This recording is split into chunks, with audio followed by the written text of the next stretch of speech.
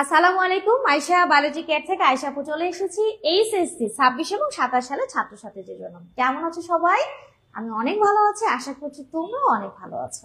আজকে আমাদের এইচএসসি মানে স্টুডেন্টদের জন্য, হ্যাঁ, যারা তোমরা 26 এবং 27 তাদের আমরা যে সাইকেলটা নিয়ে নিচ্ছি আর কি, তাদের জন্য বোটানিক যে সাইকেলটা ফার্স্ট সাইকেল চলছে, সেটার আজকে হচ্ছে 12 নাম্বার ক্লাস। এবং এটা কিন্তু তোমার কোষ এবং কোষের গঠনের উপরে আমি এই একটা চ্যাপ্টারের উপরে 20টা ক্লাস রেখেছি এবং আজকে হচ্ছে 12তম ক্লাস।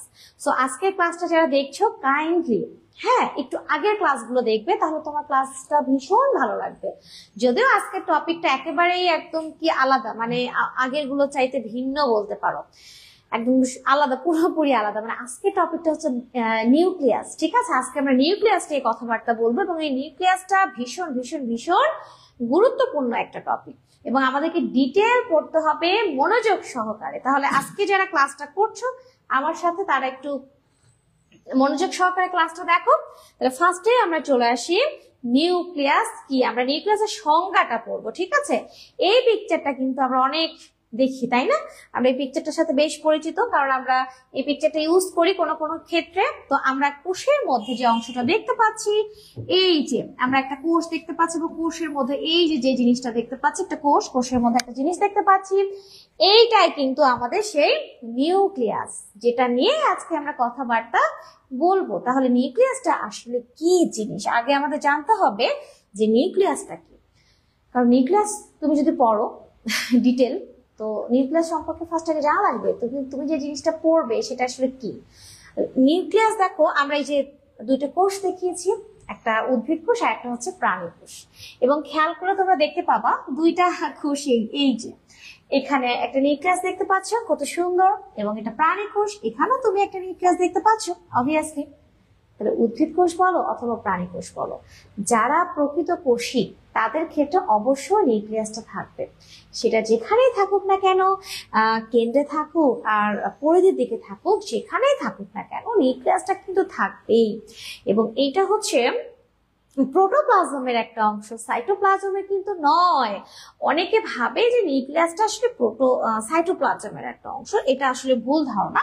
আমরা যদি প্রোটোপ্লাজম কল্পনা করি, তাহলে একটা কোষ ঝিল্লি থাকবে, নিউক্লিয়াস এবং সাইটোপ্লাজম। তোমরা একটু খেয়াল করে দেখো তো, এই যে নিউক্লিয়াসটা কিন্তু সাইটোপ্লাজম থেকে পুরোপুরি আলাদা এবং একটা আলাদা রাজ্যের মতন, হ্যাঁ আলাদা রাজ্যের মতন, যা স্বয়ং সম্পূর্ণ, কার উপর নির্ভরশীল, স্বাধীন রাজ্যের মতন। ছোট হলেও মানে সাইটোপ্লাজমের অংশটা বেশি, বাট নিউক্লিয়াসের অংশ কম, কিন্তু তারপর নিউক্লিয়াসটা সবচেয়ে গুরুত্বপূর্ণ একটা অংশ এবং এটা হচ্ছে মানে আলাদাভাবে আছে। তাহলে প্রোটোপ্লাজমের মধ্যে কিন্তু এটা অবস্থিত। ঠিক আছে, এই যে প্রোটোপ্লাজমের মধ্যে অবস্থিত, নট সাইটোপ্লাজম, প্রোটোপ্লাজম। তাহলে প্রোটোপ্লাজমের মধ্যে এটা অবস্থিত এবং বেশ ঘন হবে, ওকে। এবং চারপাশে কি থাকবে? মেমব্রেন থাকবে, মানে এটা চারপাশে মেমব্রেন থাকবে, পর্দা থাকবে এবং এর ভেতরে বিভিন্ন তোমার বংশগতি বস্তু থাকবে, যেমন ডিএনএ, আরএনএ। এবং সেই সাথে এটা পিতামাতার বৈশিষ্ট্য সন্তানে কি করবে? স্থানান্তরিত করবে এবং কোষের যাবতীয় কাজ কিন্তু এটাই মেনটেন করবে, কে? নিউক্লিয়াস। তাহলে নিউক্লিয়াসের আমরা একটা চমৎকার সংজ্ঞা কি দিতে পারি দেখো। প্রোটোপ্লাজমের যে অংশটি, অবভিয়াসলি এটা একটা প্রোটোপ্লাজমের অংশ, সবচাইতে ঘন হবে এবং দ্বিস্তর বিশিষ্ট আবরণে আবৃত। এই যে আবরণটা দ্বিস্তর বিশিষ্ট আবরণে আবৃত বংশগতি বস্তু বহন করে। এই যে ক্রোমাটিন তন্তু আছে, এখানে ডিএনএ, আরএনএ থাকে, যেটাকে আমরা কি বলি? বংশগতি বস্তু। এই বংশগতি বস্তু বহন করে তা এবং কোষের যাবতীয় কাজ সম্পন্ন করে, তাকেই আমরা কি বলছি? নিউক্লিয়াস বলছি। তাহলে নিউক্লিয়াসটা আসলে কি বলতো? প্রোটোপ্লাজমেরই একটা অংশ এবং সবচেয়ে গুরুত্বপূর্ণ অংশ। তাহলে নিউক্লিয়াসের সংজ্ঞা নিয়ে কি আর কোনো সমস্যা আছে? যারা আমার সাথে ক্লাসটা করছো তারা কাইন্ডলি একটু জানাও যে নিউক্লিয়াসের ব্যাপারে কি আর কোনো সমস্যা আছে কিনা। আশা করছি নিউক্লিয়াস নিয়ে আর কোনো সমস্যা নেই। এখন একটা চিত্র দেখতে পাচ্ছি আমরা, পিকচারটাতে একটা মস্তিষ্ক দেখানো হয়েছে, ব্রেইন। তো আমার কথা হচ্ছে যে আপু কেন, মানে তোমাদের কথা, যে আপু কেন নিউক্লিয়াসের সাথে আপনি একটা ব্রেনের পিকচার লাগাই দিচ্ছেন, কি কারণে? কিল্লাই, ব্রেনের সাথে কিল্লাই নিউক্লিয়াসটা আপনি লাগাই দিচ্ছেন, কার সাথে? কি পান্তা ভাতে ঘি? আসলে আমাদের ব্রেনের সাথে নিউক্লিয়াসের একটা দারুণ মিল আছে, কাজের দারুণ একটা মিল আছে। যেমন দেখো, এই যে আমি তোমাদের ক্লাস নিচ্ছি, আমি হাত নাড়ায় নাড়ায় ক্লাস নিচ্ছি, আমি তোমাদের সাথে কথা বলছি চোখে চোখ রেখে, আমি মুভ করছি, আমার হাতটাকে সংকুচিত প্রসারিত করছি, হ্যাঁ, এই অঙ্গভঙ্গি করছি, বা আমার দেহের ভিতরে বিভিন্ন কাজ টাজ হচ্ছে, সবকিছু কিন্তু আমার মেনটেন করছে আমার ব্রেইন। আমার ব্রেইন কিন্তু সবকিছুকে সিগন্যাল পাঠাচ্ছে এবং সেই অনুসারে কিন্তু কাজ নিয়ন্ত্রিত হচ্ছে। মানে আমার দেহের যাবতীয় কাজ নিয়ন্ত্রণ করছে হচ্ছে আমার ব্রেইন, ঠিক আছে? ঠিক সেই রকম একটা কোষের যাবতীয় কাজ নিয়ন্ত্রণ করবে কে? নিউক্লিয়াস। কিভাবে? একটা কোষের জন্য এটিপি প্রয়োজন, তখন নিউক্লিয়াস মাইটোকন্ড্রিয়াকে সেই এটিপি তৈরি করতে বলবে। বলবে মানে কি, মাইটোকন্ড্রিয়া তুমি এটিপি তৈরি করো। নো, এভাবে তো না, কারণ সে তো আর কথা বলতে পারে না, বা সে বার্তা পাঠাবে, বা সে অন্য সিস্টেম অ্যাপ্লাই করবে যেন মাইটোকন্ড্রিয়া কি তৈরি করে? শক্তি উৎপাদন করে। কারণ শক্তি নাই, তো শক্তি না থাকলে তো অন্যান্য কাজ হবে না। সো নিউক্লিয়াস অর্ডার করবে মাইটোকন্ড্রিয়া তুমি প্রচুর শক্তি উৎপাদন করো, রাইবোসোম তুমি প্রোটিন তৈরি করো, কোষের জন্য প্রচুর প্রোটিন প্রয়োজন, হ্যাঁ, ক্লোরোপ্লাস্ট তুমি খাদ্য তৈরি করো, খাবার প্রয়োজন, ঠিক আছে? মানে সে কি করবে? একটা কোষের বিভাজন নিয়ন্ত্রণ করবে, বৃদ্ধি নিয়ন্ত্রণ করবে, সবকিছু মেনটেন করবে, অর্ডার দিবে বসের মতন। একটা বস যেমন কি করে, একদম এমপ্লয়ারদেরকে নিয়ে বলে না, অর্ডার করে না যে এটা এইভাবে করবা, এটা এইভাবে করো, এটা এইভাবে করবা না, এটা এইভাবে করলে ভালো হবে, ঠিক সেরকম। মানে এটা বসের মতন, একটা কোষের বসের মতন একটা অংশ। মানে এটা কোষের যাবতীয় কাজ নিয়ন্ত্রণ করে, বিভিন্ন ধরনের ক্রিয়া বিক্রিয়া মেনটেন করে। এই জন্য এটাকে আমরা কি বলছি? Brain of the cell. তাহলে এটাকে আমরা কি বলছি? কোষের মস্তিষ্ক বলছি, ব্রেইন অফ দ্য সেল বলছি, ব্রেইন অফ দ্য সেল বলছি, অথবা এটাকে আমরা প্রাণ কেন্দ্র বলছি এবং কেন্দ্রিকাও বলছি, কারণ এটা কোষের বিভিন্ন ক্রিয়া বিক্রিয়া নিয়ন্ত্রণ করে কোষকে সজীব রাখে। এই জন্য এটাকে আমরা কি বলছি? কোষের প্রাণ কেন্দ্র বা কেন্দ্রিকা। তাহলে তোমাকে যদি পরীক্ষাতে প্রশ্ন করে, তোমাকে যদি বলে যে কোষের মস্তিষ্ক কাকে বলা হয়, তখন আমরা কি বলবো? নিউক্লিয়াসকে। ইয়েস, তাহলে আমরা অ্যান্সারটা কি বলবো? নিউক্লিয়াস। দেখো, এখানে একটা চমৎকার একজন ব্যক্তিকে আমরা দেখতে পাচ্ছি। বলতে পারবা ইনি কে? ইনি কিন্তু ভীষণ একজন নামি দামি গুরুত্বপূর্ণ ব্যক্তি। অবভিয়াসলি আমরা নিউক্লিয়াসের আবিষ্কার করছি, কারণ যে জিনিসটা এতটাই গুরুত্বপূর্ণ একটা কোষের জন্য, তার আবিষ্কারক আসলে কে? হ্যাঁ, আসলে এই নিউক্লিয়াসটা আবিষ্কার করেছেন আমাদের বিজ্ঞানী রবার্ট ব্রাউন। এই যে রবার্ট ব্রাউন, তিনি আসলে অর্কিড থেকে, অর্কিড একটা ফুল কিন্তু, ঠিক আছে, এটাকে রাসনাও বলা হয়, এই ফুলের মূল থেকে তিনি কি করেন? এই নিউক্লিয়াসটা আবিষ্কার করেন। মূলের যে কোষ, মূলটাকে কেটেছিলেন, ডিসেকশন করে অনুবীক্ষণ যন্ত্রের নিচে নিয়ে তিনি দেখেন এবং তার মধ্যে তিনি নিউক্লিয়াসকে আবিষ্কার করেন। তাহলে বলো দেখি, যদি প্রশ্ন আসে যে নিউক্লিয়াসের আবিষ্কারক কে, তাহলে কি আমরা কি বলবো? বিজ্ঞানী রবার্ট ব্রাউন। কোথায় থেকে নিউক্লিয়াস আবিষ্কার করে? কোথায় থেকে? অর্কিড পাতার কোষ থেকে, মানে অর্কিডের মূল থেকে, অথবা রাসনার মূল থেকে। তাহলে আমাদের আশা করছি এইটা একটা গুরুত্বপূর্ণ এমসিকিউ, তোমরা কেউ এটা ভুল করবে না। তাহলে নিউক্লিয়াস আবিষ্কার করেছেন কে? Robert brown. সালটা পড়ে রাখলে পড়ে রেখো, না মনে থাকলেও খুব একটা সমস্যা নেই, বাট এই সালটা আসে 1831 সাল। এবার এখানে নিঃসন্দেহে বুঝতে পারছো এটা হচ্ছে সেই অর্কিড, রাসনা যেটাকে আমরা বলি। এই যে দেখো, এই যে মূল, এই যে এই অংশগুলো হচ্ছে মূল, এগুলো হচ্ছে মূল। এই যে সেই মূল, অর্কিডের মূল বা রাসনার মূল থেকে রবার্ট ব্রাউন কি করেন? নিউক্লিয়াস আবিষ্কার করেন। কি করেন? নিউক্লিয়াস আবিষ্কার করেন। আচ্ছা, তোমরা আমার সাথে কে কে আছো একটু বলো দেখি। শাহরিয়ার, রূপক সালাম দিয়েছি। ওয়ালাইকুম আসসালাম। রূপক কেমন আছো? বেশ কয়েকদিন পরে তোমার সাথে দেখা কথা। মাঝখানে আমি কয়েকটা দিন একটু প্রবলেমের কারণে ক্লাস নিতে পারিনি। আমাদের মামা মারা গেছিলেন, যার কারণে। তো এখন থেকে আবার রেগুলার ক্লাস করবো ইনশাআল্লাহ। আচ্ছা, রবার্ট ব্রাউন অ্যান্সার দিয়েছো। রূপক, তুমি কাইন্ডলি ভিডিওটা একটু শেয়ার করবে, তাহলে তোমার ফ্রেন্ড, তোমার রিলেটিভরা দেখার সুযোগ পাবে ইনশাআল্লাহ। এবং ক্লাসটা খুব মনোযোগ সহকারে দেখবা, তাহলে দেখবা ভীষণ ভালো লাগবে এই ক্লাসটা, এবং এখান থেকে তুমি ইনশাআল্লাহ সবকিছু পেয়ে যাবা, মানে কমন পেয়ে যাবা। তাহলে আমাদের এটা হচ্ছে অর্কিডের মূল থেকে রবার্ট ব্রাউন নিউক্লিয়াসটা আবিষ্কার করেছেন। এটা কিন্তু পরীক্ষাতে এমসিকিউ এর জন্য আসে। এই জিনিসগুলো আমরা এমসিকিউ এর জন্য পড়বো, ভীষণ ভীষণ ইম্পর্টেন্ট এমসিকিউ, কারণ আমাদের একাডেমিকে থাকা অবস্থাতে অ্যাডমিশনের। তাহলে বলতো, এই যে আমাদের নিউক্লিয়াস, আসলে নিউক্লিয়াসটা কোথায় অবস্থান করে? অ্যাকচুয়ালি নিউক্লিয়াসটা সাধারণত কোষের কেন্দ্রে অবস্থান করে। মানে দেখা যাচ্ছে যে এটা হচ্ছে একটা প্রাণী কোষ, প্রাণী কোষের কেন্দ্রে এটা অবস্থান করবে, কিন্তু প্রাণী কোষের কেন্দ্রে এটা অবস্থান করবে, কারণ এখানে কোনো কোষ গহ্বর নেই। এই যে এটা আমরা দেখতে পাচ্ছি, এটা হচ্ছে প্রাণী কোষের কি অবস্থান করে, কেন্দ্রে অবস্থান করে। তাহলে প্রাণী কোষের প্রায় কেন্দ্রের দিকে এরা অবস্থান করে, এটা হচ্ছে তথ্য। এবং স্বাভাবিক অবস্থাতেও কিন্তু যে কোনো কোষের প্রায় কেন্দ্রের দিকেই থাকে, কিন্তু সেইটা যদি হয় উদ্ভিদ কোষ তাহলে একটু সমস্যা, কারণ উদ্ভিদ কোষের প্রথমে তো কোষ গহ্বরগুলো ছোট ছোট থাকে, তাই সেক্ষেত্রে প্রবলেম হয় না। বাট যখন দেখা যাচ্ছে যে তোমার কোষ গহ্বরটা বড় হয়, তখন এটাকে ঠেলে যে কোনো একটা পাশে সরায় দেয়। এই যে দেখো, এই কোষ গহ্বরটা বড় হয়েছে ঠেলে ঠুলে, এই যে তুই চাপে যা, অনেক সময় হয় না বিছনার মধ্যে ভাই বোন অনেকগুলো একসাথে শুইলে তুমি মনে করো একা একা শুয়ে আছো, ভীষণ আরামে তুমি ঘুমায় আছো, একেবারে মাঝখানে বরাবর একটা সুন্দর কোলবালিশ দিয়ে আরামে ঘুমায় আছো। তোমার কোনো পার্টনার, ভাই হোক বোন হোক, তুমি যদি ভাই হও ভাইয়ের কথাই কল্পনা করো, বোন হলে বোনের কথা, একেবারে উড়ে এসে মনে করো যে একদম ধাক্কা ধুক্কি দিয়ে তোমার একটা প্রান্তে ফালাই দিছে, অথবা এমনও হইতে পারে বিছনা থেকে ঠাস করে ফেলে দিছে, এরকম কিন্তু হয়। তো কোষ গহ্বরটা যখন বড় হতে শুরু করবে না, তখন এটা চাপ দিয়ে দিয়ে নিউক্লিয়াসে বলবে, যা দুষ্টু তুই একটু মানে প্রান্তের দিকে চলে যা, পরিধির দিকে যা, আমি এখন একটু বড় জায়গা জুড়ে অবস্থান করব, আমার পেটের মধ্যে অনেক জিনিস থাকবে। কি থাকবে আমার পেটের মধ্যে? লিপিড, প্রোটিন, কার্বোহাইড্রেট, অনেক এনজাইম নিয়ে থাকবো, হরমোন থাকবে, এর মধ্যে অনেক ক্লোরোফিল, ক্যারোটিন, জ্যান্তোফিল, বর্জ্য পদার্থ, হ্যাঁ বিভিন্ন কিছু থাকবে, তাই আমার জায়গা একটু বেশি লাগবে, তুই এখন একটু ওই দিক সরে যায়, তখন তো মাঝখানে ছিলি। ঠিক আছে, তো এই হচ্ছে ব্যাপার। তাহলে সাধারণত কোষের কেন্দ্রের দিকে থাকে, তবে এটা স্থান পরিবর্তন করতে পারে এবং উদ্ভিদ কোষে পরিধির দিকে সরে যায়। ওই যে সরে গেছে। কত পার্সেন্ট স্থান দখল করে, এটা কিন্তু একটা চমৎকার গুরুত্বপূর্ণ এমসিকিউ। সেটা হচ্ছে কত পার্সেন্ট? 10 থেকে 15%। আশা করছি তোমরা সবাই বুঝতে পারছো।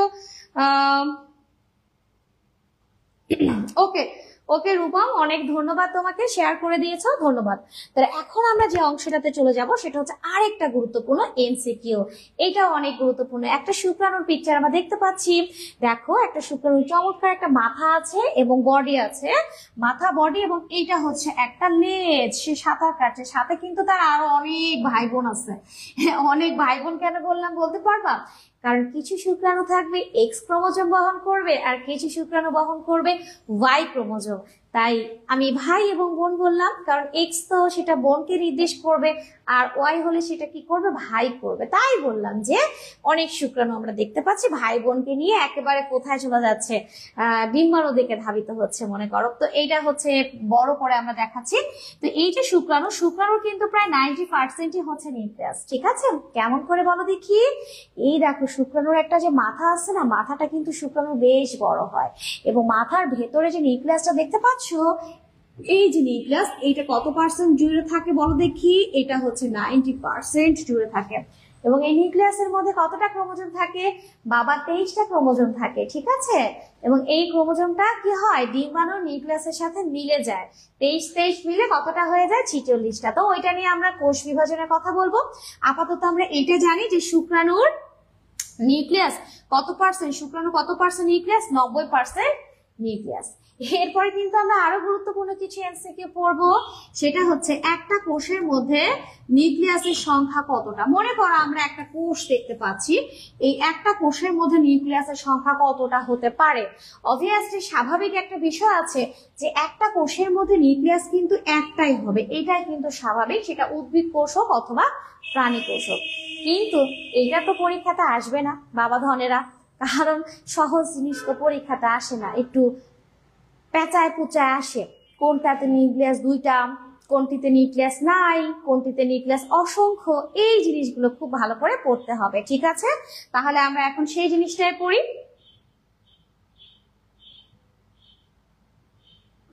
তাহলে দেখো, আমরা তাহলে সাধারণত প্রতি কোষে একটি করে নিউক্লিয়াস থাকবে। ঠিক আছে, একটা কিউট নিউক্লিয়াস থাকবে, ছোট্ট একটা নিউক্লিয়াস থাকে আর কি প্রতি কোষে, একটা ছোট্ট হোক বড় হোক, মানে একটা কোষে একটা নিউক্লিয়াস থাকবে। এটা কিন্তু স্বাভাবিক সাধারণ ঘটনা, ঠিক আছে? তাহলে সাধারণ ঘটনা কি বলতো?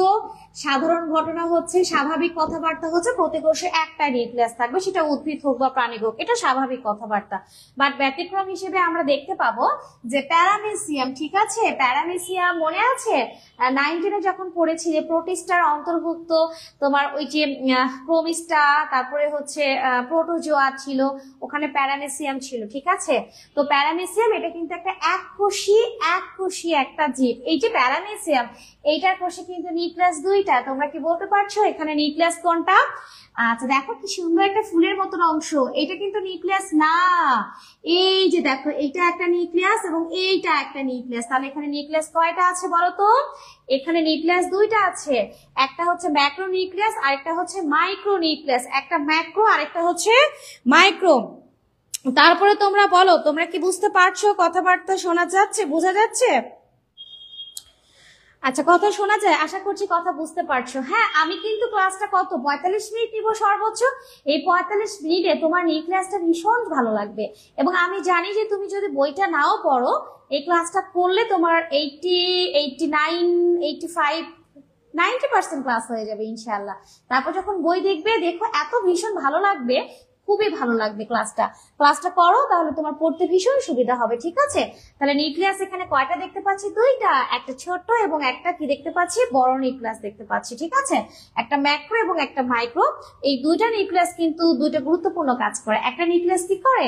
একটা নিউক্লিয়াস হচ্ছে তোমার জিনগত বিন্যাস, মানে একটা কোষ যখন সংখ্যা বৃদ্ধি করে তখন এটা প্যারেন্টাল বৈশিষ্ট্যগুলো বজায় রাখে, এবং আরেকটা মানে জিনগত, একটা কোষে যে জিন আছে যাবতীয় জিনটা মেইনটেইন করবে বংশগতিও, এবং আরেকটা হচ্ছে প্রজননে হেল্প করবে। তো যাই হোক, তাহলে এখানে আমাদের কয়টা নিউক্লিয়াস আছে? দুইটা। আমরা শুধু এইটুকু জানবো যে প্যারামেসিয়ামে কতটা কোষে, প্রতিটা কোষে কতটা নিউক্লিয়াস আছে? দুইটা। এটা একটা প্যারামেসিয়াম, এক কোষী জীব, এটা দুইটা নিউক্লিয়াস আছে, একটা বড় একটা ছোট। এইটুকু জানলেই হবে, আর দরকার নাই। প্রতি কোষে বহু সংখ্যক নিউক্লিয়াস থাকবে, এটা অনেক বেশি ইম্পর্টেন্ট, ভীষণ ইম্পর্টেন্ট। এখানে আমরা ট্রিপল স্টার দিচ্ছি কারণ এটার চাইতে কম স্টার দেওয়ার কোনো অপশন নাই। আমরা কিন্তু আমি যদি বেঁচে থাকি ইনশাআল্লাহ, অবশ্যই দোয়া করবা যেন সুস্থভাবে বেঁচে থাকি। যদি বেঁচে থাকি, সবকিছু ঠিক থাকে, তাহলে কিন্তু আমরা এই সাইকেল গুলো শেষ করার পরে আমরা যখন সিকিউ শেষ করব, তখন অবভিয়াসলি আমরা এমসিকিউটা পড়বো। 26 সালের স্টুডেন্টদের জন্য আমরা আগে পার্টটা সাজাবো, তাহলে 27টা উপকৃত হবে। মানে সিকিউ এমসিকিউ 1, 2 যা কিছু লাগবে বায়োলজিতে A+ পেতে, 100 পেতে, 90+ মার্কস পেতে, যা কিছু লাগবে সবকিছু করবো ইনশাআল্লাহ। তাহলে প্রতি কোষে বহু সংখ্যক, মনে করো একটা কোষে অনেক নিউক্লিয়াস আছে, এইরকম হতে পারে, মানে প্রতি কোষে বহু সংখ্যক। সেক্ষেত্রে কিছু শৈবাল এবং কিছু ছত্রাকে কিন্তু আমরা এটা দেখতে পাবো, ঠিক আছে? শৈবাল বা ছত্রাকের কোষে, যেমন শৈবালের ক্ষেত্রে আমরা নাম দিয়েছি ভ্যালচারিয়া, বোটাইড্রিয়াম, বিভিন্ন নাম আছে, এবং ছত্রাকের ক্ষেত্রে রাইজোপাস, পেনিসিলিয়াম, অ্যাগারিকাস। হ্যাঁ, এই ধরনের ছত্রাকের কোষে আমরা কি দেখতে পাবো? শৈবাল ছত্রাকের কোষে আমরা কি দেখবো? বহু নিউক্লিয়াস দেখতে পাবো। একের পরিবর্তে অনেকগুলো নিউক্লিয়াস থাকবে, একাধিক নিউক্লিয়াস থাকবে, অনেকগুলো। এবং দেখো আমাদের ক্ষেত্রে যে ঐচ্ছিক পেশিটা আছে, ঐচ্ছিক পেশিটা কি তোমাদের জানা আছে? ঐচ্ছিক পেশিটা যেমন এটা হচ্ছে আমাদের কঙ্কাল, এবং এটা আমাদের দেহের একটা হাড়, এবং হাড়ের সাথে আমাদের যে মাসল লেগে থাকে, এই যে মাসল, এই যে মাসল মাংসগুলো ঐচ্ছিক পেশি আমরা নিয়ন্ত্রণ করতে পারি ইচ্ছা মতন। যখন আমরা জুলজি পড়বো তখন পড়বো ইনশাল্লাহ। এই পেশি যে কোষগুলো আছে, যে নলের মতন, পড়েছো কি এই কোষগুলোতে নিউক্লিয়াসের সংখ্যা কি থাকে? অনেক থাকে, প্রায় 100টার মতন থাকে, ঠিক আছে? এবং অস্থি কোষেও বহু সংখ্যক নিউক্লিয়াস দেখতে পাওয়া যায়। অস্থির যে কোষ আছে সেখানেও কিন্তু নিউক্লিয়াসের সংখ্যা অনেক বেশি দেখতে পাওয়া যায়। তাহলে আশা করছি তোমরা এটা খুব ভালো বুঝতে পেরেছো, কোথায় কোথায় নিউক্লিয়াসের সংখ্যা বেশি এবং কোথায় নিউক্লিয়াসের সংখ্যা কম। তাহলে এখন আমরা কি পড়বো? এখন আমরা পড়বো কোথায় নিউক্লিয়াস একেবারে অনুপস্থিত, মানে নিউক্লিয়াসটা থাকে না কোথায়? সেটা হচ্ছে ফ্লোয়েম টিস্যুর যে সিপ কোষ আছে। তোমরা নিঃসন্দেহে এখানে বুঝতে পারছো, এটা তো 19-এর পিকচার আমি দিয়েছি। এই যে মাঝখানের যে অংশটা, এই যে এইটা, হ্যাঁ এই যে এইটা মাঝখানের যে কোষটা, নলের মতন তৈরি করেছে, যে এই যে এটা একটা সিপ কোষ, এটা আরেকটা সিপ কোষ, দুইটা কোষের এই প্রাচীরটা ফিউজড করে একটা নলের মতন তৈরি করে, যেটাকে আমরা কি বলে সিপ নল।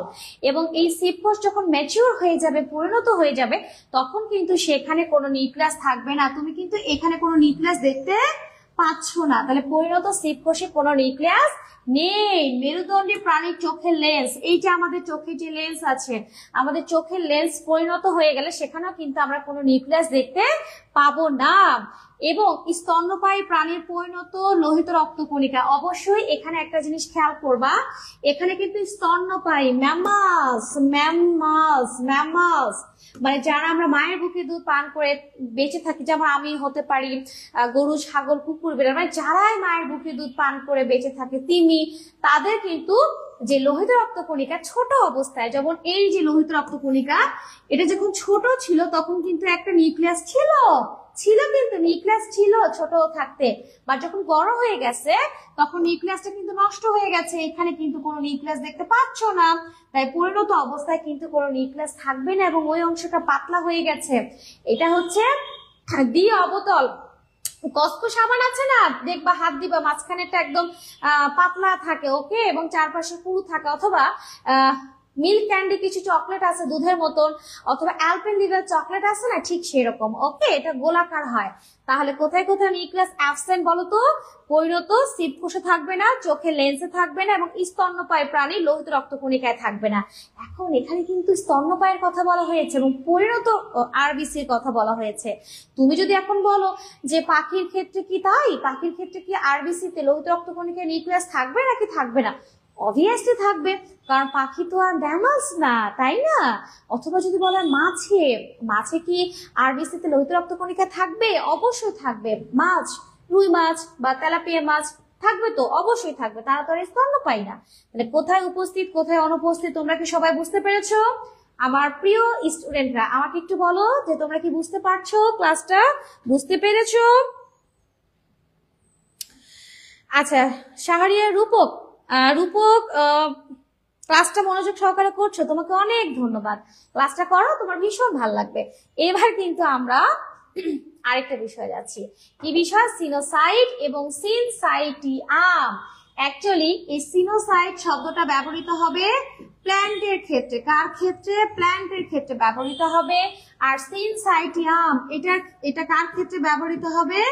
অ্যানিম্যালের ক্ষেত্রে ব্যবহৃত হবে। অ্যানিম্যাল মানে একটা উদ্ভিদ এবং একটা প্রাণীর ক্ষেত্রে ব্যবহৃত হবে। কথা হচ্ছে, দেখা যাচ্ছে যে কখনো কখনো অনেকগুলো কোষ আছে, অনেকগুলো কোষ মনে করো, অনেকগুলো কোষ, এই যে নিউক্লিয়াস দেখতে পাচ্ছ, সবগুলো কোষ মনে করো একটার সাথে একটা ফিউজড হয়ে গেল, হয়ে একটা কোষের মধ্যে তুমি নিউক্লিয়াসের সংখ্যা কি দেখতে পাচ্ছ? অনেক বেশি দেখতে পাচ্ছ, ঠিক আছে? তাহলে একটা কোষের মধ্যে যখন নিউক্লিয়াসের সংখ্যা বেশি হবে, সেটা যদি প্রাণী কোষ হয় তাহলে আমরা কি বলবো? Coenocyte, coenocyte. আর সেটা যদি সেটা যদি উদ্ভিদ কোষ হয় তাহলে আমরা সিনোসাইট বলবো, আর প্রাণী কোষ হলে আমরা কি বলবো? সিনসাইটিয়াম। কি বলবো? সিনসাইটিয়াম। তাহলে আমি আবারও বলছি, যখন একটা কোষের মধ্যে অনেকগুলো কোষ না, অনেকগুলো নিউক্লিয়াস থাকবে, একটা কোষের মধ্যে অনেকগুলো নিউক্লিয়াস থাকবে, সেক্ষেত্রে দেখা যাচ্ছে কোষগুলো অনেকগুলো কোষ মিলে হয়তো বা ফিউজড হয় একটা কোষ তৈরি করতে, কিন্তু নিউক্লিয়াসের মিলন হয়নি, সেক্ষেত্রে কি হতে পারে? একটা কোষের মধ্যে অনেকগুলো নিউক্লিয়াস থাকে, ঠিক আছে? তো এটা যদি উদ্ভিদের ক্ষেত্রে হয় তাহলে আমরা সেই কোষটাকে আমরা কি বলবো? সিনোসাইট। আর যদি সেটা প্রাণীর ক্ষেত্রে হয় তাহলে আমরা কি বলবো? সিনসাইটিয়াম। তাহলে সিনসাইটিয়াম প্রাণীর ক্ষেত্রে, সিনোসাইট এটা উদ্ভিদের ক্ষেত্রে। একটা কোষে কি থাকবে? একাধিক নিউক্লিয়াস। কি থাকবে?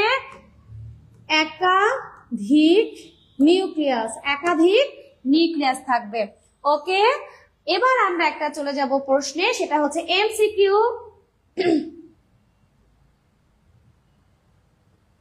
এবার আমরা দেখো, এবার আমরা আকৃতি পড়বো। এইটা কিন্তু আমাদের এমসিকিউ এর জন্য ভীষণ ইম্পর্টেন্ট। এটা আমাদের এমসিকিউ এর জন্য ভীষণ ইম্পর্টেন্ট, ঠিক আছে? ভীষণ ইম্পর্টেন্ট। আমরা এইটা অনেকেই জানি না যে আসলে একটা কোষের নিউক্লিয়াসটা আসলে কেমন হয়, কেমন আকৃতির হয়। কিন্তু তুমি যদি এইটা জানো তাহলে তুমি অন্য চাইতে আগায় থাকবা, কারণ এটা অনেকেই জানে না, অনেকে পড়ে না। বাট তুমি এই মুহূর্তে এটা জানছো, তার মানে তুমি অন্যের চাইতে আগায় আছো। এবং আমি এখন তোমাকে জানাবো যে একটা নিউক্লিয়াসের আকৃতি কেমন হয়। মজার বিষয় বলি, সেটা হচ্ছে নিউক্লিয়াসের আকৃতি বলতে আমরা একটা লাড্ডুর মতন আকৃতি বুঝাই, যা একেবারে মায়েরা চেষ্টা করে না, মায়েরা একেবারে এইভাবে নাড়ু বানানোর চেষ্টা করে, গোল টোল হইতে হবে, না হলে কিন্তু নাড়ু শেপ ভালো না। মানে নাড়ু বা লাড্ডু বা নাড়ু নিশ্চয়ই বুঝতে পারছো তোমরা। তো এখন কথা হচ্ছে, অনেকেই নিউক্লিয়াস আঁকানোর সময় যে কাজটা করে, একেবারে কম্পাস টম্পাস ইউজ করে, হ্যাঁ একেবারে গোল গাল একটা নিউক্লিয়াস বানানোর চেষ্টা করে। এবং এই গোলগাল নিউক্লিয়াসটা দেখতে আসলে ভীষণ সুন্দর যদিও, তো আসলে কিন্তু নিউক্লিয়াস মানেই কি একেবারে গোলাকার এরকম কি? আসলে কিন্তু তা না। কিন্তু আমরা কেন জানি গোলাকার নিউক্লিয়াসটাই আঁকা, এবং ওইটা আঁকাতেই আমরা অভ্যস্ত। এবং যদি একটু যদি ডিম্বাকার হয়ে যায় তাহলে টিচার বলবে কি আঁকিয়েছো, মানে অনেক টিচার এটা কিন্তু বলে। তো সেক্ষেত্রে আসলে আমার মনে হয় কম্পাস দিয়ে আঁকানোটাই বেস্ট, যেহেতু টিচার তোমাকে মার্কস দিবে। বাট একটু যদি তোমার উপবৃত্তাকার হয় বা গোলাকার থেকে একটু যদি ডিম্বাকার হয় তাহলে কিন্তু কোনো সমস্যা না, কারণ তুমি এখন যে নিউক্লিয়াস গুলোর নাম, মানে নিউক্লিয়াস গুলো দেখবা, সেগুলো দেখলেই তুমি বুঝতে পারবা। অবভিয়াসলি নিউক্লিয়াস গোলাকার হয়, তারপরে নিউক্লিয়াস ডিম্বাকার হয়, নিউক্লিয়াসটা একটু কেমন হয়, চ্যাপ্টা আকৃতির হয়, তাহলে এটা হচ্ছে গোলাকার, এটা ডিম্বাকার, এটা চ্যাপ্টার মতন। এছাড়া নিউক্লিয়াস আর কেমন হতে পারে যেন, খণ্ডযুক্ত, বহু খণ্ডযুক্ত। যেমন দেখো নিউক্লিয়াসটা মনে হচ্ছে এই যে দেখো, এই যে এরকম, এই যে দেখো 1 2 3 বহু খণ্ডযুক্ত হতে পারে, আবার দ্বিখণ্ডযুক্ত হতে পারে। নিউক্লিয়াসটা আবার কেমন হতে পারে, দ্বিখণ্ডযুক্ত হতে পারে। কয়টা খণ্ড আঁকেছি? 2 খণ্ড না? হ্যাঁ, তাহলে কিন্তু এটাও কিন্তু নিউক্লিয়াস। তার মানে গোলাকার হতে পারে, ডিম্বাকার হতে পারে, চ্যাপ্টা হতে পারে। চ্যাপ্টা মানে তো বুঝতেই পারছো, চ্যাপ্টা টাইপের। খণ্ড, বহুখণ্ড হতে পারে, দ্বিখণ্ড। মজার একটা জিনিস, সেটা হচ্ছে মূলার মতনও কিন্তু হতে পারে। নিউক্লিয়াসটা মূলার মতনও হতে পারে। মূলার মতন যদি তুমি নিউক্লিয়াস আঁকাও তাহলে তুমি কিন্তু একেবারে আন্ডা পাবা। টিচার বলবে তুমি কি আঁকাইছো, তোমরা জীবনে পড়াশোনা করো, নিউক্লিয়াস আঁকাইতে পারো না, এটা কি আঁকাইছো? বাট নিউক্লিয়াসটা কিন্তু মূলার মতন হয়, নিউক্লিয়াসটা মূলার মতন হয়, ঠিক আছে। বৃক্কাকার কিছু নিউক্লিয়াস থাকে, বৃক্কাকার কিছু নিউক্লিয়াস থাকে এরকম বৃক্কাকার হতে পারে, মালার মতন। এই যে দেখো কি সুন্দর, একটার সাথে আরেকটা অনেক সময় এরকম চেইন করে থাকে। নিউক্লিয়াসটা কিন্তু এরকমও হয়ে থাকে যে মালার মতনও হয়। জালিকাকার কিছু নিউক্লিয়াস থাকে, জালের মতন দেখা যাচ্ছে, এই যে জালের মতন, এরকম ভাবে জাল টাইপের, এরকম জালের মতন হতে পারে। সত্যি কথা, এরকম জালের মতন নিউক্লিয়াস আছে কিন্তু, তোমরা নিশ্চয়ই অবাক হচ্ছ, তাই না? তারপরে বেম মানে কি জানো? বেম মানে তো মাকু। এই যে বেম মানে হচ্ছে মাকু, 2 প্রান্ত সরু, মাঝখানটা চওড়া, এটা হচ্ছে বেম। তারপরে নিউক্লিয়াসটা কিন্তু বেমের মতন হয়। এবং সর্বশেষে চাঁদ মামার কথা বলেই এটা আমরা শেষ করব। চাঁদ বলতে কিন্তু আমরা বুঝি এই যে এইরকম, তাই না? এইরকম চাঁদ কিন্তু গোলও হয়, বাট আমরা চাঁদ বলতে এইটা বুঝি। তার মানে এরকমও কিন্তু চন্দ্র আকৃতিরও কিন্তু নিউক্লিয়াস হয়ে থাকে। তাহলে আমাকে একটু বলো তো, তুমি নতুন জিনিস শিখেছো কিনা? অবভিয়াসলি তুমি নতুন জিনিস শিখেছো, ঠিক আছে। তাহলে এখন আমাকে বলো, এতটুকু ক্লাসটা তুমি কি বুঝতে পেরেছো বা তোমরা বুঝতে পেরেছো? ক্লাসটা যখন করবে অবভিয়াসলি একটু মনোযোগ সহকারে করবে। তুমি এখন ক্লাসটা করো বা অন্য সময় করো, অবভিয়াসলি মনোযোগ সহকারে করবা। তুমি যে কোনো কিছু মন দিয়ে যদি করো, তুমি সেই জিনিসটা ঠিকঠাক এক সময় মানে আয়ত্তে নিয়ে আসবে। সেটা যে কোনো জিনিস হোক, একটু সময় হয়তো বা লাগবে, কারণ আমাদের না সবকিছুতে একটু সময় দিতে হয়। সময়ের আগে কোনো কিছু হয়ে যাওয়াটা আসলে ঠিক না, ওটা ভালো না। তো সময় একটু বেশি লাগুক, কিন্তু আমার মনে হয় তুমি যদি একটু ঠিকঠাক মতন পড়াশোনা করো তাহলে তোমার পড়াটা খুব খুব কাজে লাগবে। এবং তুমি যদি মন দিয়ে পড়ো তাহলে পড়াটা তোমার ভালো আয়ত্তেও আসবে। একটু সময় লাগুক না, বেশি সমস্যা নাই, তুমি একটু সময় নিয়ে কিন্তু পড়াশোনা করবা। তাহলে আমরা এখন যে জিনিসটা পড়বো সেটা হচ্ছে নিউক্লিয়াসের গঠন। তুমি যখন ফাইনালি পরীক্ষায় আঁকাবে তখন নিউক্লিয়াসের পিকচারটা কিন্তু ঠিক এইভাবেই আঁকাবা, ঠিক এইভাবে আঁকাবা। একটু কম্পাস ইউজ করবা, কম্পাস ইউজ করে সুন্দরভাবে এইভাবে আঁকায় ফেলবা এবং লেবেলিংটা কিন্তু তুমি ডান পাশেই দিবা, ঠিক আছে? তাহলে টিচার তোমাকে একদম যা মার্কস থাকবে তাই দিবে। নিউক্লিয়াসের আমরা কয়টা অংশ পাচ্ছি? নিউক্লিয়াসের আমরা দেখো এটা একটা অংশ পাচ্ছি, নিউক্লিয়ার এনভেলপ একটা অংশ পাচ্ছি, 1 নম্বর অংশ, নিউক্লিওপ্লাজম আরেকটা অংশ পাচ্ছি, নিউক্লিওলাস আরেকটা অংশ এবং ক্রোমাটিন তন্তু আরেকটা অংশ। এখানে যে পোর দেওয়া আছে না, নিউক্লিয়ার পোর, ওইটা কিন্তু অ্যাকচুয়ালি নিউক্লিয়াসের উপাদানের মধ্যে আমরা উল্লেখ করি না, বাট ওইটা কিসের উপাদান বলো দেখি আমাকে, ওইটা কিসের উপাদান বলো দেখি? এই যে এটা হচ্ছে নিউক্লিয়ার এনভেলপের উপাদান। কিসের উপাদান? নিউক্লিয়ার এনভেলপের উপাদান।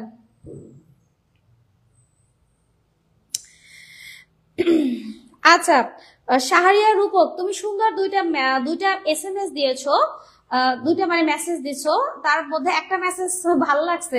মিস আমার আম্মুর নাম মালা। মালা নাম তো খুবই সুন্দর। মালার সাথে কি কিরণ আছে নাকি? হ্যাঁ, কিরণ মালা নাকি? তোমার আম্মুকে এখন থেকে বলবা কিরণ মালা। সুন্দর, কিরণ মালা তো ভীষণ সুন্দর একটা এপিসোড, মানে একটা ইয়ে ছিল, সিরিয়াল ছিল। তো যাই হোক, আম্মুকে আমার সালাম দিবে এবং আম্মুর কথাবার্তা শুনবে, দেখবা জীবনে অনেক উন্নতি করবে। মানে মায়ের কথাবার্তা শুনলে না, বাবা মার কথাবার্তা শুনলে ওই বাচ্চারা যতই দুর্বল থাকুক না কেন, এক সময় না এক সময় দেখবে ভালো কিছু করবে। মানে ওইটা আল্লাহ প্রদত্ত, হ্যাঁ, এটা মানে এটা হবেই। তো মাকে অবশ্যই রেসপেক্ট করবা, কারণ আমিও মাদার, আমারও ছোট ছোট বেবি আছে, খুবই ছোট ছোট। তো সেক্ষেত্রে আমি বুঝি যে আসলে মা মানে জিনিসটা কি, মা মানে একটা কি বলবো, আসলে এটা বলার কোনো অপশনই নেই। হ্যাঁ, তাহলে আমরা নিউক্লিয়াস নিয়ে কথাবার্তা বলে একদিন তোমার আম্মুকেও আমার ক্লাসটা দেখাবা, ঠিক আছে? তারপরে বলবা যে আম্মু তুমি কি মিসের ক্লাস বুঝতে পারছো কিনা, দেখো তোমার আম্মু কি বলে, তারপর আমাকে কমেন্ট করবা।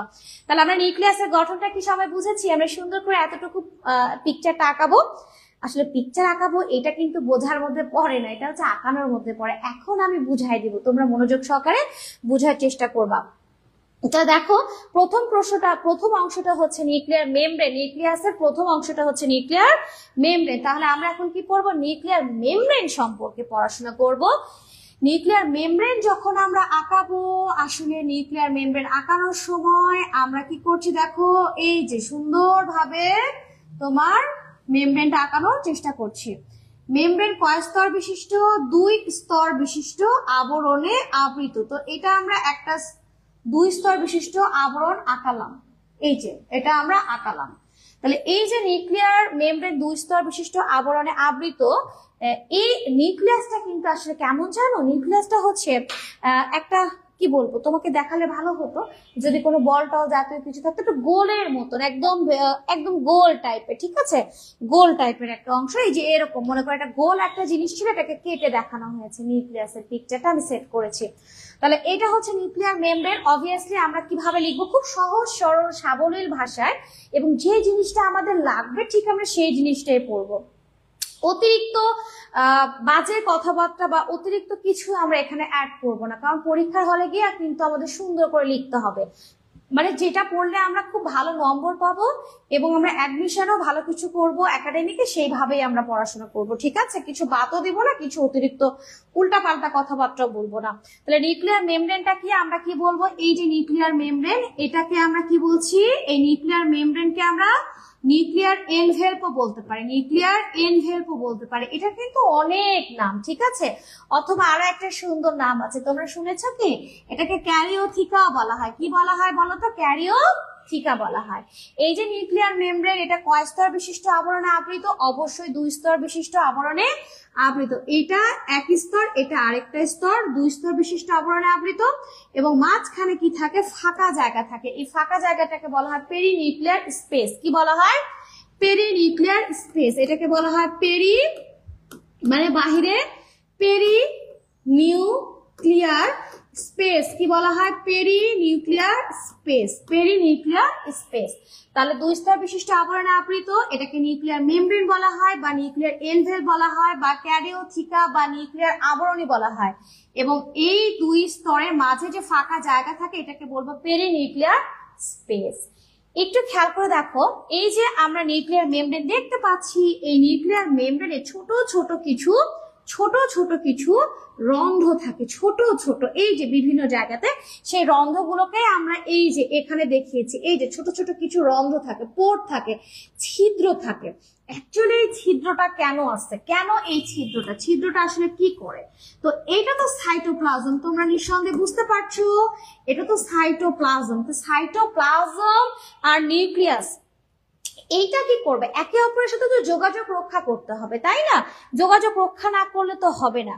মনে করো এই নিউক্লিয়াসের ভেতর থেকে তৈরিকৃত উপাদান সাইটোপ্লাজমে চলে আসার জন্য অবভিয়াসলি কোনো ছিদ্র থাকতে হবে। তো তুমি যে এত সুন্দর ঘর বানিয়েছো, তোমার ঘরে যদি দরজাটা না থাকে তো তুমি কি করবা? তুমি কি ঘরের মধ্যে যেতে আসতে পারবা?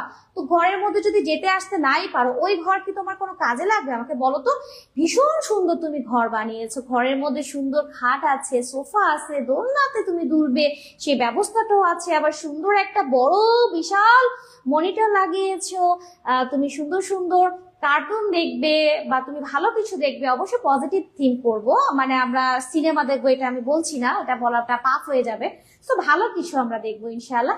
এবং তুমি ঘরে সুন্দর একটা ঠান্ডা মেশিন এসি লাগিয়েছো, কিন্তু তুমি ঘরের মধ্যে কোনো যাওয়ার আসার কোনো জায়গায় রাখোনি, তাহলে তুমি কি করবে? ঘরটা পুরো বন্ধ করে দিয়েছো সবকিছু দেওয়ার পর। তো তোমার ওই ঘরটা কি কোনো কাজে লাগবে কারো কোনোদিন? তো কোনো কাজেই তো লাগবে না। তাহলে তুমি যদি একটা দরজা রেখে দাও তাহলে কি হবে? সুন্দর করে যাওয়া আসা করবে প্রয়োজন মতন, তাই তো? তো ঠিক এখানেও তাই, সাইটোপ্লাজম এবং নিউক্লিয়াসের ভেতরে যোগাযোগ রক্ষা করার জন্য এই মেমব্রেনে ছোট ছোট ছোট ছোট অসংখ্য ছিদ্র থাকে।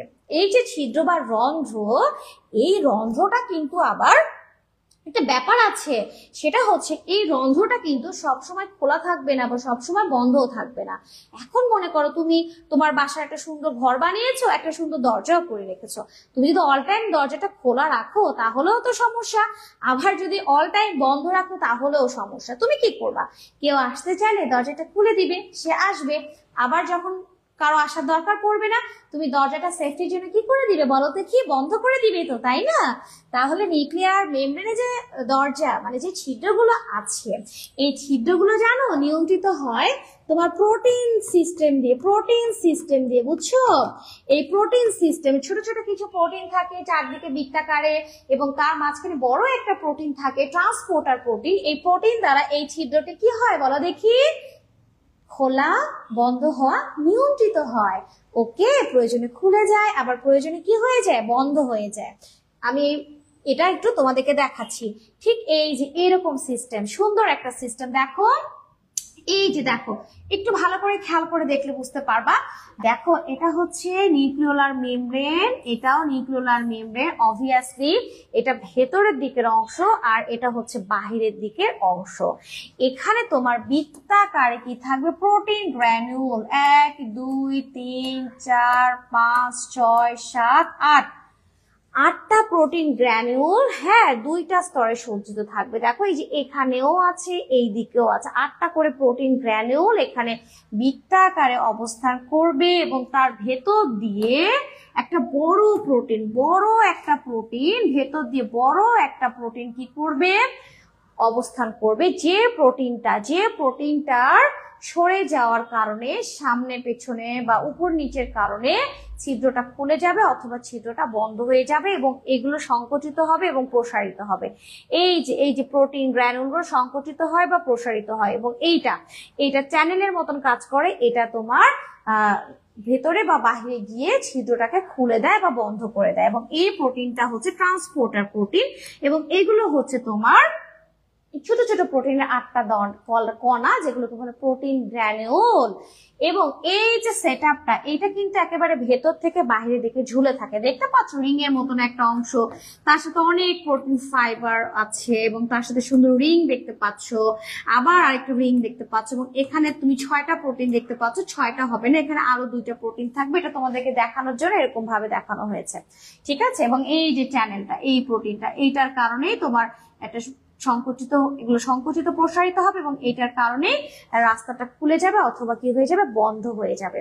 এবং সাথে বেশ কিছু প্রোটিনও থাকবে, এই প্রোটিনগুলোকে অ্যাঙ্কর প্রোটিন বলা হয়, যে প্রোটিনগুলো সুন্দরভাবে সেটআপটাকে এই মেমব্রেনের সাথে আটকায় রাখবে।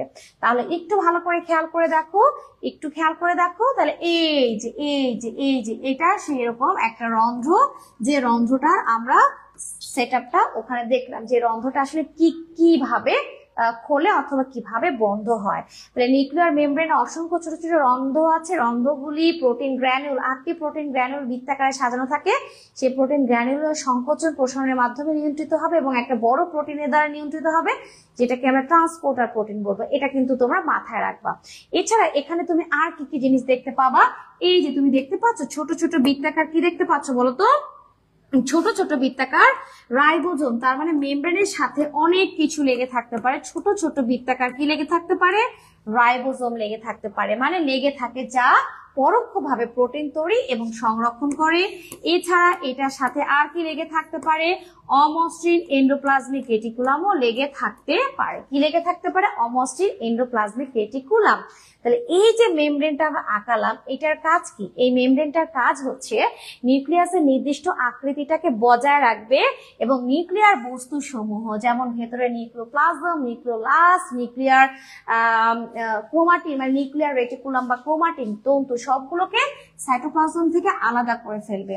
এবং এখানে তোমার এন্ডোপ্লাজমিক রেটিকুলাম সৃষ্টি হয় এবং এখানে রাইবোজোমও ধারণ করে, যার ফলে রাইবোজোম ধারণ করে মানে হচ্ছে রাইবোজোম এখানে থাকে, প্রোটিন তৈরি হয়। সালাম দিয়েছো রূপক, ওয়ালাইকুম আসসালাম। রূপক কেমন আছো? কালকের যে ক্লাসটা নিতে পারিনি সেই ক্লাসের অংশটা আজকে নিচ্ছি, ঠিক আছে?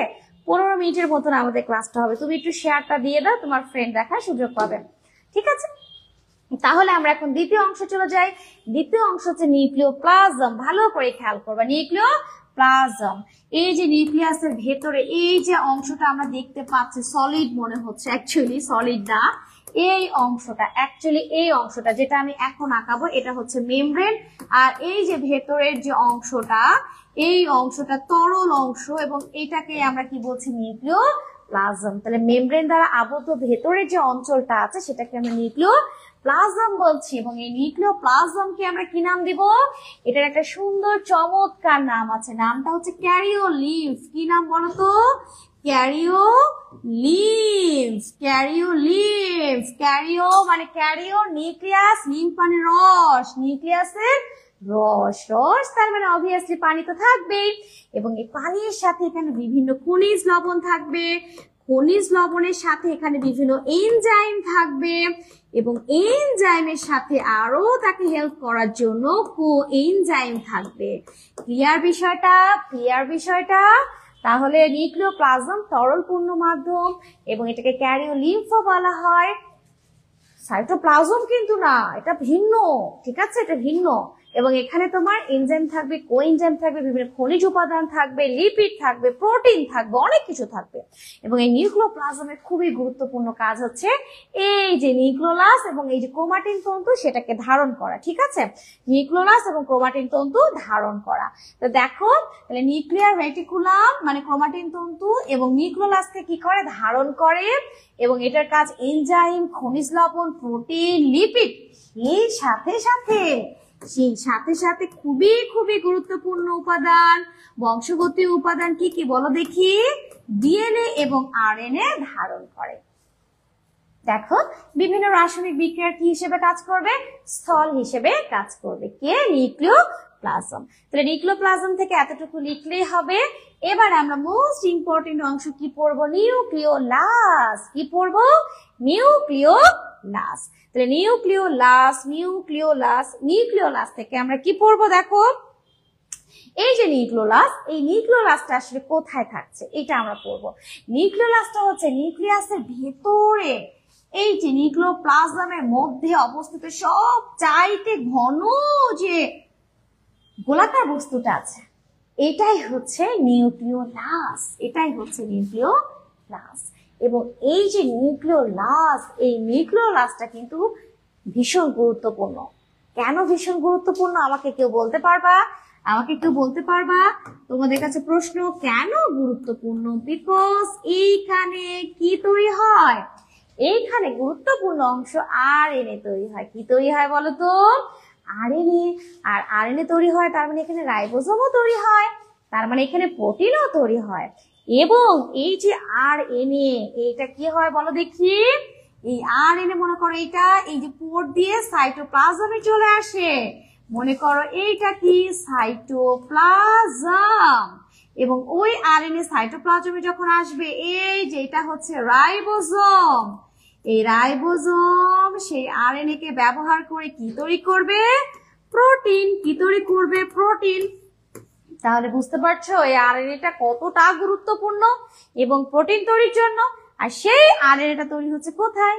নিউক্লিওলাসে। নিউক্লিওলাসে।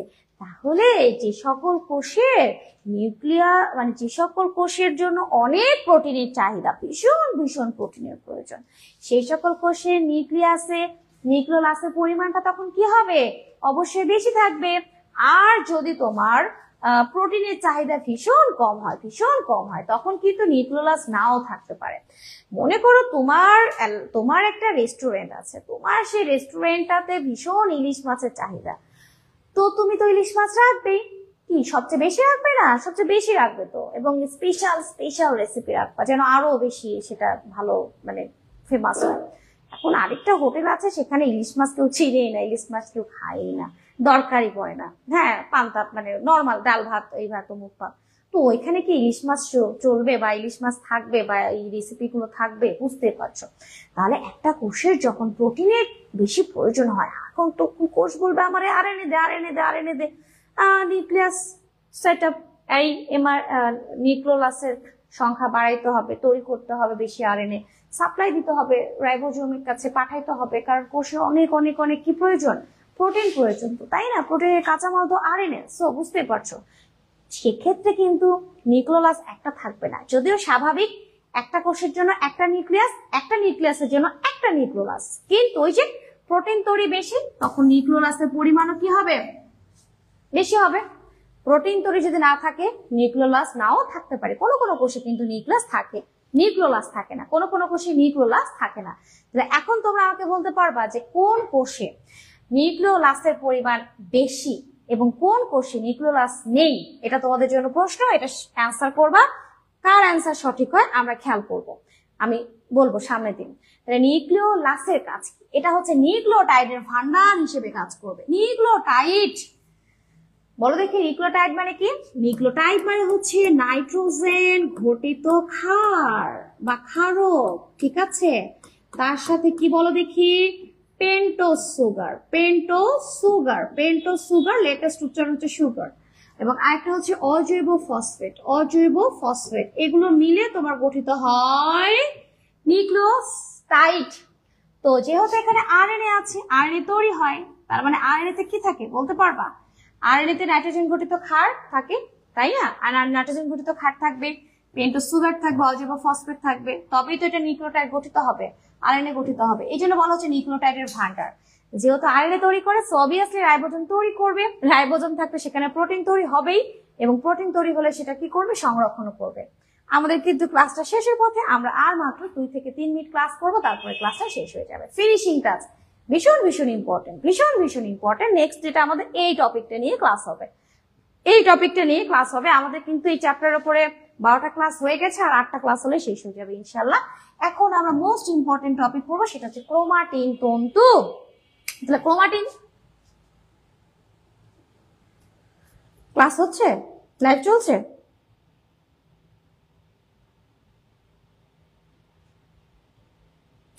আচ্ছা, তাহলে আমরা এখন কি পড়বো? ক্রোমাটিন তন্তু পড়বো। কি পড়বো? ক্রোমাটিন তন্তু। আমাদের আর বেশি ক্লাস সময় নেই, অল্প সময়। ক্রোমাটিন তন্তুটা কি? অবভিয়াসলি এই যে নিউক্লিওপ্লাজমের মধ্যে জালের মতন ছড়ায় ছিটায় আছে, এই যে জালের মতন যে জিনিসটা ছড়ায় ছিটায় আছে, সেটাই হচ্ছে তোমার ক্রোমাটিন তন্তু। স্বাভাবিক অবস্থায় কিন্তু তন্তুগুলো এভাবেই ছড়িয়ে থাকে, বাট যখন বিভাজনের প্রয়োজন হয়, কোষ বিভাজন করে, একেবারে কয়েলিং, পেঁচিয়ে। দেখছো, খেয়াল করছো? এই যে কি করলো? মোস্ট ইম্পর্টেন্ট, যার কারণে তোমার আমার বৈশিষ্ট্য বাবা মার মতন হয়েছে, রাইট? ও ক্রোমোজোম তৈরি করলো। তাহলে ক্রোমাটিন তন্তুটা কি?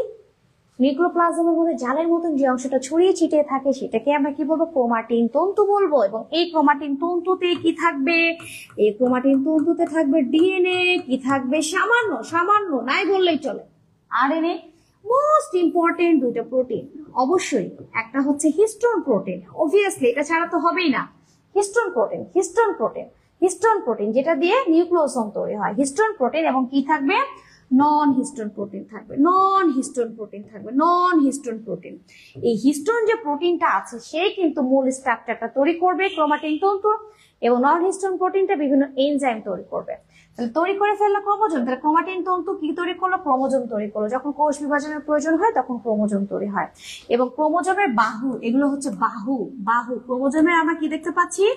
ক্রোমোজোমের বাহু থাকে, এই যে সংকুচিত জায়গা, এটাকে আমরা কি বলছি? Primary constriction. এবং এখানে তোমার কি থাকে? সেন্ট্রোমিয়ার, কি বলবো? সেন্ট্রোমিয়ার। এবং এটা হচ্ছে সেকেন্ডারি কনস্ট্রিকশন, খাঁজ, গর্ত, ভাঁজ। ওকে, এবং এই অংশটা হচ্ছে স্যাটেলাইট, স্যাটেলাইট। তাহলে এই অংশগুলো কিন্তু আমরা ক্রোমোজোমে দেখতে পাবো। এবং এই ক্রোমোজোম, এই যে ক্রোমোজোম, এই ক্রোমোজোমের মধ্যে আমাদের সে কি থাকে? ডিএনএ। এবং ডিএনএ এর মধ্যেই তোমার কি থাকবে? খাট থাকবে, বিভিন্ন সিকোয়েন্স থাকবে। এবং সেই ডিএনএ এর মধ্যেই আমাদের ছোট ছোট অংশ হচ্ছে জিন থাকবে। এবং এই জিনের মাধ্যমেই তোমার পিতা মাতার বৈশিষ্ট্য, পিতা মাতার বৈশিষ্ট্য কোথায় চলে আসবে? সন্তানে, সন্তানে, সন্তানে। তুমি তোমার বাবার মতন নাকটা পেয়েছো, মায়ের মতন চোখটা পেয়েছো, বাবার মতন ফর্সা হয়েছো, মায়ের মতন হাইট পেয়েছো, সবকিছুই তোমার এই কিসের? ক্রোমোজোম। কারণ ক্রোমোজোমের মধ্যে ডিএনএ, ডিএনএ এর মধ্যে জিন। ক্লিয়ার বিষয়টা? তাহলে আমরা এখন কি পড়বো? ক্রোমোজোমের কাজ কি বা ক্রোমাটিন তন্তুর কাজ কি? বংশগতি বস্তু ধারক ও বাহক। অবভিয়াসলি বংশগতি বস্তু মানে ডিএনএ, এটাকে ধারণ করছে, বহন করছে। আরএনএ কথাটা আমরা নেগলেক্ট করবো, সেটা ভীষণ সামান্য। কি? আর ডিএনএ এবং আরএনএ তৈরি করবে। অবভিয়াসলি এটা ডিএনএ, এভাবে লিখলে খুবই সুন্দর দেখায়, বাংলায় লিখতে কেমন যেন লাগে। তৈরি করবে এবং প্রোটিন তৈরি করবে, ক্রোমোজোম গঠন করবে ও কোষ বিভাজনে সাহায্য করবে। অবভিয়াসলি যদি এই ক্রোমাটিন তন্তু কোষ বিভাজন না, ক্রোমোজোম না গঠন করে, তাহলে কি কখনো কোষ বিভাজন সম্ভব? কখনোই সম্ভব না। আর কোষ বিভাজন সম্ভব মানে কোষ বিভাজন না হলে জীবের কোষের সংখ্যা বাড়বে না। তার মানে কি হতো আল্লাহ জানে, মানে কিছুই হতো না। ঠিক আছে? তার মানে এই যে কোষ বিভাজনের জন্য ক্রোমোজোম কি অবশ্যই খুবই গুরুত্বপূর্ণ একটা অংশ। ক্রোমোজোম না থাকলে কোষ বিভাজন হয়তো বা হতোই না। তাহলে অবশেষে কি বলবো? থ্যাংক ইউ ভেরি মাচ ভিডিওটা দেখার জন্য। আপনাদেরকে অসংখ্য ধন্যবাদ। আমাদের ক্লাসটা শেষ হয়ে গেছে আজকে। গতদিনের ক্লাসটা আজকে আমরা শেষ করলাম, এবং এই ক্লাসটা পার্মানেন্টলি দুইটা পার্ট একসাথে দেখতে পাবেন ইউটিউব চ্যানেলে আয়েশা বালাজি পলাশ কেমিস্ট্রিতে। এটা এইচএসসি ক্লাস, এইচএসসি 26 এবং 27 আলাদা আলাদা প্লেলিস্ট দেওয়া থাকবে, যার যেটা প্রয়োজন সে সেটা দেখে নেবে। আজকে ক্লাসটা এই পর্যন্তই। অবশ্যই সামনের দিনে আমাদের দেখা হবে নতুন গুরুত্বপূর্ণ টপিক ক্রোমোজোম নিয়ে, ভীষণ ইম্পর্টেন্ট তোমাদের জন্য। ঠিক আছে? আজকে এই পর্যন্ত, সবাই ভালো থেকো, আল্লাহ হাফেজ।